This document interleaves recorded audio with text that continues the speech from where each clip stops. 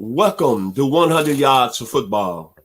It's the Georgia and Missouri game preview as we're going to preview this week. And also we're going to recap the Georgia and University of Florida game this past weekend.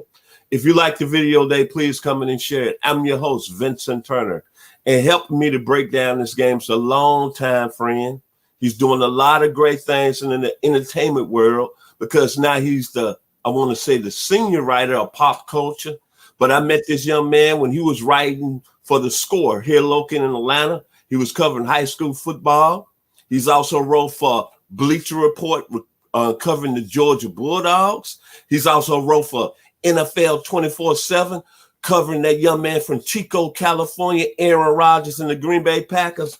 They're very talented, and I'm honored, and I'm pleased today, and I'm fired up. My man, Brian Jones, as we're going to break down Georgia and Missouri and what happened to the Dogs last Saturday. How you doing, man? I'm doing good. Thank you for the introduction. It's great to be here again. Good to see you. Yes, sir. Yes, sir. You got that baby face smile. I like that. Always smiling, bringing a good energy. And man, right quick, you write for pop culture now. You kind of went into a different kind of, I want to say, profession. You still write sports. But, man, I like what you're doing over at Pop Culture, man. You've had a lot of great interviews, and, man, I've been following you. And, man, you've been on fire like the Ohio players. So, let's get to it because you used to cover the Dogs. You went to Walton High School over there in Marietta. You've been a long-time Georgia Bulldog fan. How many years, man? How many years you been a Dog fan? Wow, yeah, it's been at least 20 years, over 20 years now. Yes, sir. Yes, sir. Okay, man, as you know how I do it, let's get to the meat and potatoes. Let's recap the Florida game last week. Last weekend, big game. The Dogs lost 44-28.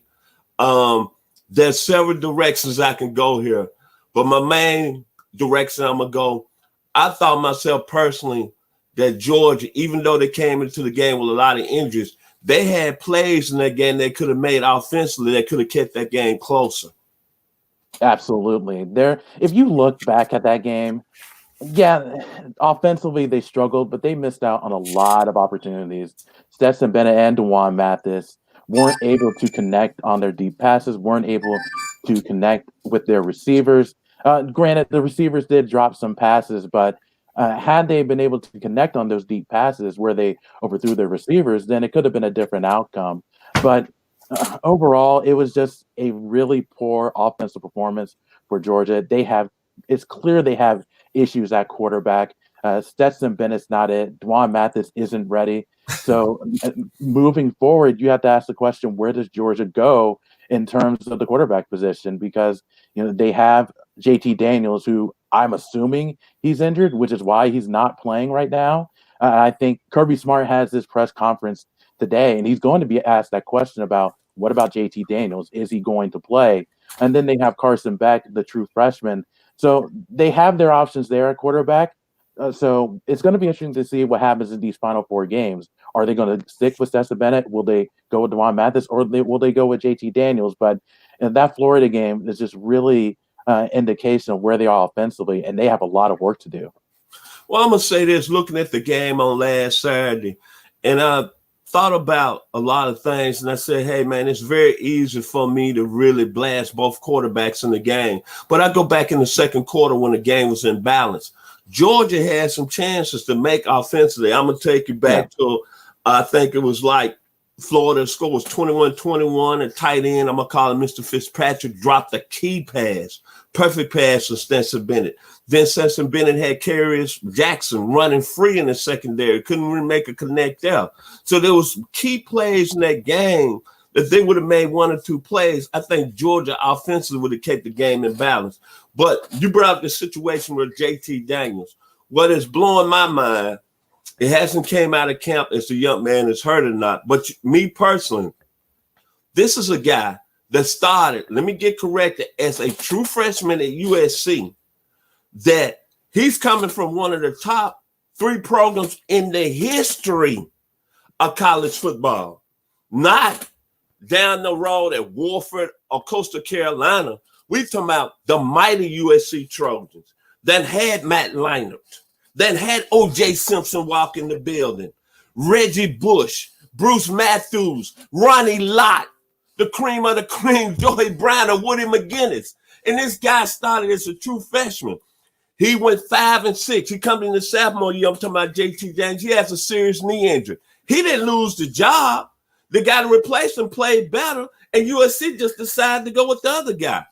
But my main thing is, all I want to do, me personally, is where he stand, because I think the way Georgia offense is built, the seemingly they got some guys on their outside, then JT Daniels will be the perfect fit to me. I just want to know what is wrong with JT Daniels.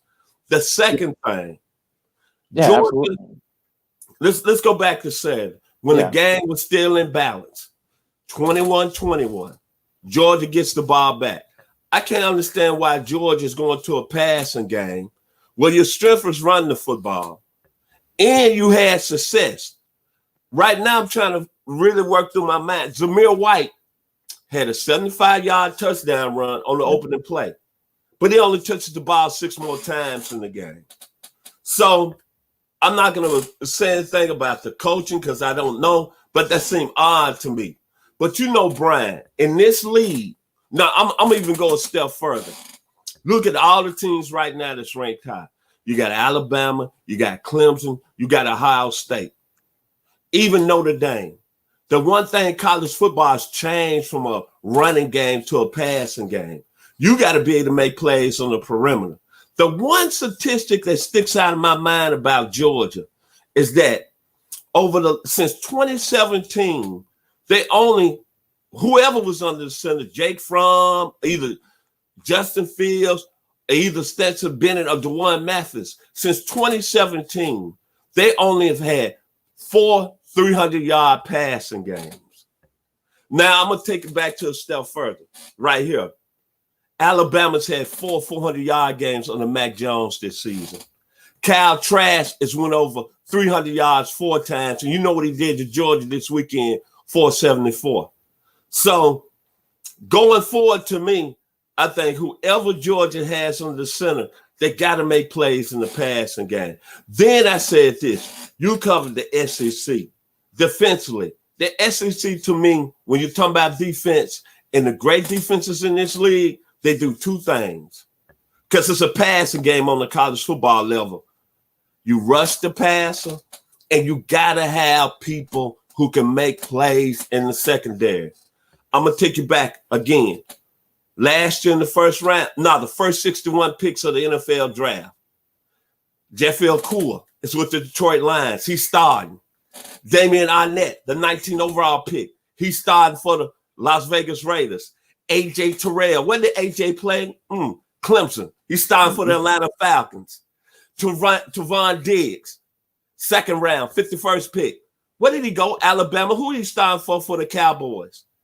And finally, when you look at all that, man, the bottom line, I thought the strength of Georgia coming in, and they played well defensively the first 3 games. But I said myself before they got to the Alabama game was that could they cover on the back end? Was Tyson Campbell, Eric Stokes, Mark Webb. I'm not throwing nobody on the bus. Lewis Klein, granted Richard LeCounte didn't play this past Saturday. Could Georgia match up? I'm saying dog on dog, player on player. Could they cover in the secondary? And their 2 biggest challenges this year, Matt Jones, 417 yards, 4 touchdowns. Kyle Trask, 474, 4 touchdowns. Because if you're going to play with the elite, you got to take the model out of Clemson. You got to take the model out of Alabama. Notre Dame, you got to cover on the back end, my man.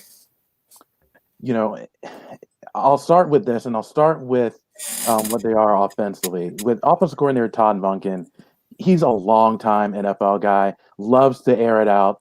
And he's trying to do that. The game last week against Kentucky, they knew that if they ran the ball, they were able to win that game. But it's funny because, yes, they need to air it out, but the quarterbacks that they're playing, that they have right now, they just can't do it. Stetson Bennett, I don't want to be really critical of him because he's a walk-on. He wasn't expected to start. And DeJuan Mathis, he's coming off of having surgery on his brain, and that was like 6 months ago. So they're just at a disadvantage when it comes to the quarterback position. I think that will change next year, because Brock Vandegrift, the 5-star guy out of Prince Avenue Christian High School, which is right down the road from the University of Georgia, could change things. But you're right. They got to have a quarterback that can air it out because, again, when you look at Mac Jones, Alabama, Kyle Trask, like Florida, even Ohio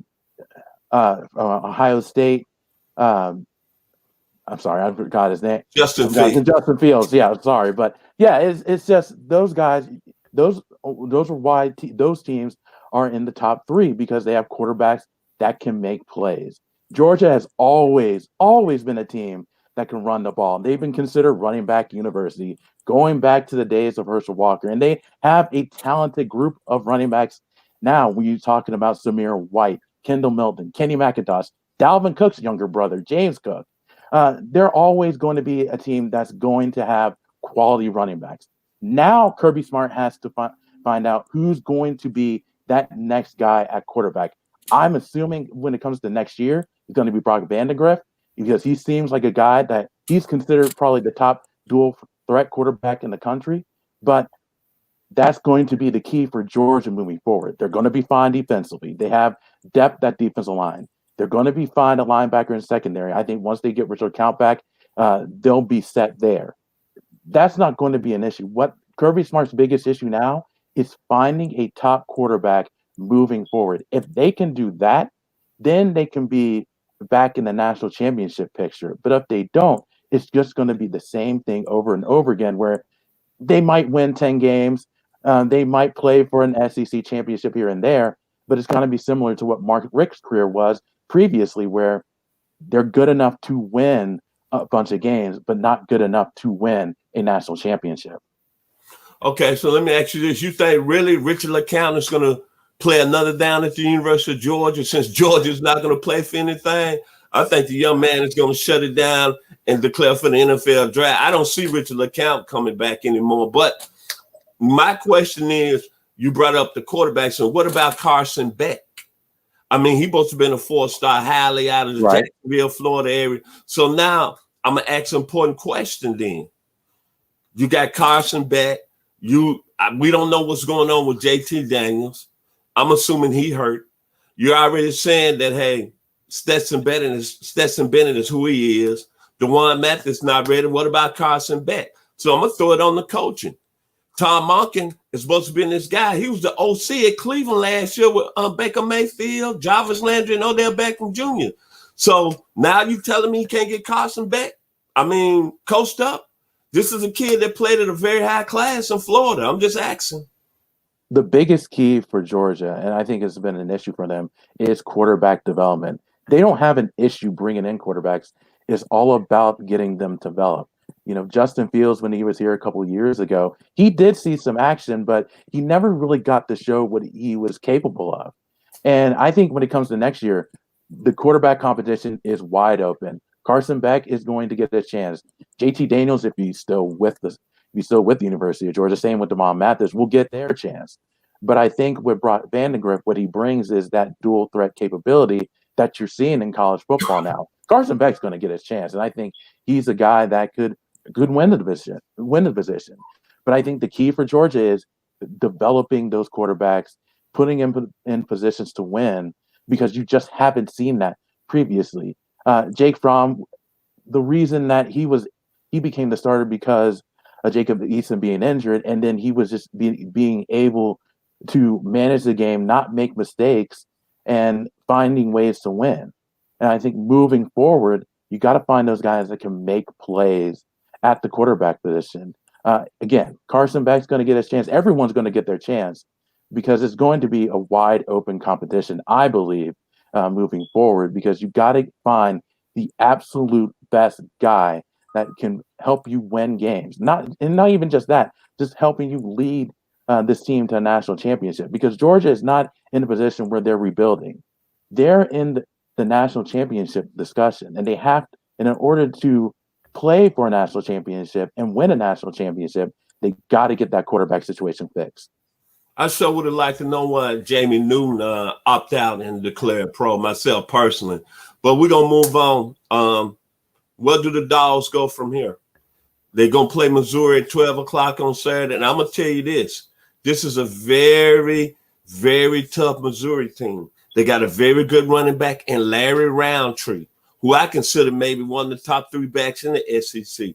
To me, they got one of the best linebackers, who I think is going to be a really high NFL draft pick in Nick Bolton.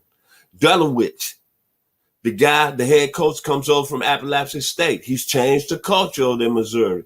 By no means, when you're looking at this Georgia football team, this just me with my eyeballs, you got problems at the quarterback position. Number 2, you clearly a more talented team in Missouri. But the most thing, you got a lot of injuries on defense. And looking at the secondary, you got problems there. Georgia got exposed in a lot of areas, man, this past Saturday. And their strength supposedly supposed to have been their defense, but really on the back 7, them the questions I'm going to be looking when they take on Missouri Saturday.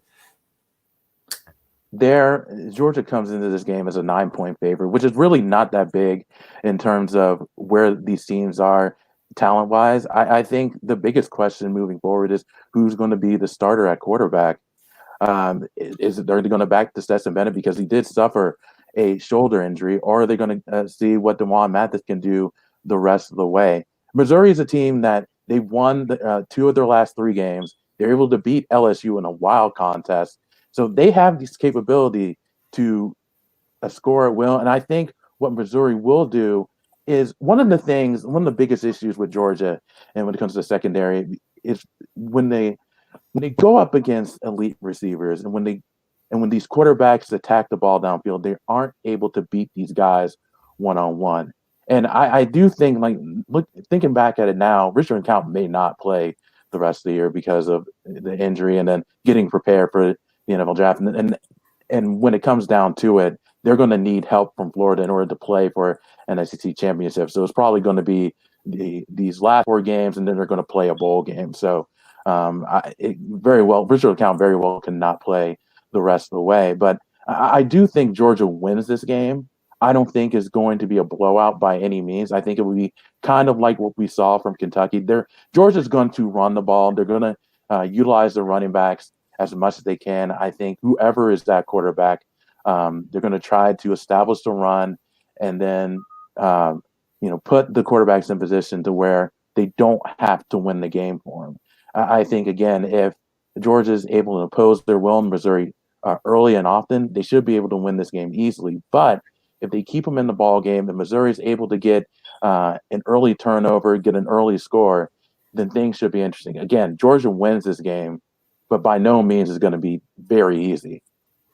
Well, my final words are very simple. Number 1, what I'm going to be looking at on Saturday, of course, the major question throughout the state of Georgia is going to be the starting quarterback, how that quarterback is going to progress. I want to see now the money you're paying Todd Monken. He's going to be able to have the ability now, knowing what the problem is at the quarterback position, which is getting explosive plays in the passing game. We know you can run the football, but I want to see if the quarterback's going to progress there. And is Kirby Smart? Rumors are he won't take the rims off. He want to stay kind of conservative offensively. But really, those are the things I want to see Georgia. And I'm looking for offensively, do they come more explosive? And defensively, as I said, to play on the national level, to play with the Clemsons, to play with the Notre Dames, to play with the Ohio States, you got to have a pass rush, and man, you got to have people out there on that island, as we call it, from where I'm from, the 901. Can they glove up? And that means cover man to man. Can you cover all over the field? The days of the SWAC conference, when I grew up and had guys coming out of my neighborhood playing in that conference. A lot of people don't know that's playing with the great Albert Lewis, Ronell Young, back in the day, the Darrell Greens, the Everson Walls. Can Georgia find people back there that can cover? Because the 2 games they played this year, Alabama, I'm going to say it one more time, Mac Jones, 417, 4 touchdowns. Florida, the young man out of Texas, Kyle Trask, who now is my Heisman Trophy favorite, along with Justin Fields. He put up 474. And the thing that was so amazing about that on Saturday with Mr. Trask, he threw to 11 different receivers. So to me, it's gut check time for Georgia moving forward. not only this year, but what's going to happen in 2021. But man, tell people where they can find you, what you're doing now. Get your information out there, my man. Oh, yeah. Well, thank you so much for having me on. I'm the trending sports writer for popculture.com. You can find all my work at popculture.com/sports. I pretty much cover everything. And today I actually have a one-on-one interview with Todd Gurley, so be sure to check that out later this week. Last week, I had 4 stories on Joe Montana, so be sure to check that out as well. Again, that's popculture.com/sports. And for any trending or entertainment news, be sure to check out popculture.com. You can find me on Twitter. That's at @BrianJones_PC. And I also have my own podcast, which is called Always Football Season. I have a new episode out later this week, just talking about what happened in the NFL and college football and looking ahead to the upcoming weekend of football games. So be sure to check it out wherever you get your podcast. And I also have a Facebook page for the podcast, which is facebook.com/Always Football Season. Hey, man, appreciate you being on today. It's an honor. It's a pleasure. Thank you so much. Continue your great success. Hoping to have you back once the college football moves into the playoff season. As I always say, if you like the video today, please come in and share it. It's an honor here at 100 Yards Football. Thank you to the team that's put in a lot of hard work until where we at now. Our great producer, Jeremiah Long, guy that's doing a lot of work. You saw him earlier today, Logan Landers, with his 2 great videos. Other guys that's playing a big part to the team, the 12-year vet, 2-time All-American in Florida State, Mr. Bobby Butler. My man, I consider him the greatest coach in high school football, the defensive coordinator over at North Atlanta, my man, Mr. Kevin the Bull Jones. And, of course, the guy who knows all about basketball, the head basketball coach at Carver College. Lord have mercy. I'm thinking about Carver High School back in my day when I went to school back in Memphis, long time ago. But at Carver Bible College, my man, the Syracuse finest, Mr. Brian Spencer. So thank you for watching 100 Yards Football. And as I always end all my videos, I want people out there to remember this. I'm very honored. I'm very blessed. And I'm AKA the only son and the baby boy of my great parents in the great hometown of Memphis, Tennessee, Chester and Inez Turner. Y'all have a fantastic day and a fantastic week. And God bless. And stay safe.